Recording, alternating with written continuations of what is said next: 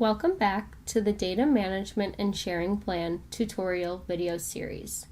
In this video, we will be looking at Element 5, Parts B and C. For information on Element 5A, please see the video before this. Element 5B is where you will state whether access to the scientific data will be controlled. You should specify whether data will be controlled and require approval for access by a repository. Include any specific policies that will be followed, such as the genomic data sharing policy. Another factor to consider is that if datasets are too large and require facilitation for file transfer.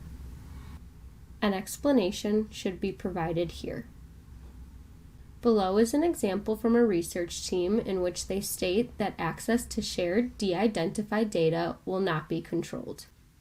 They further specify that data generated by this project will include identifiable human subject data or intellectual property and will need to be restricted with a data use agreement. They have also included that human survey subjects have been informed through this process. Element 5C specifically focuses on protections for human research participants. If your research includes work with human participants, describe how their privacy, rights, and confidentiality will be protected.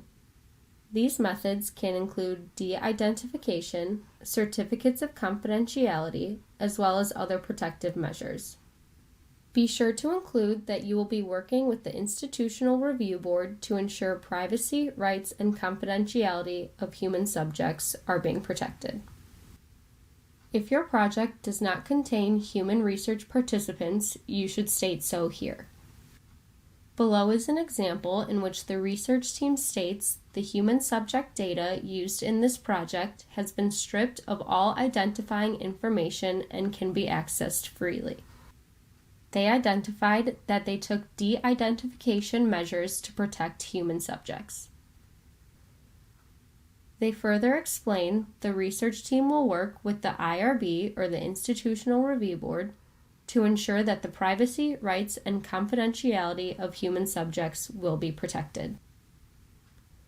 For help with your data management plans, please fill out a data consult request or email the data management support email. There is also a LibGuide with helpful tools and guidelines for your data management and sharing plans. In the next video, we will be talking about the final element, Element 6.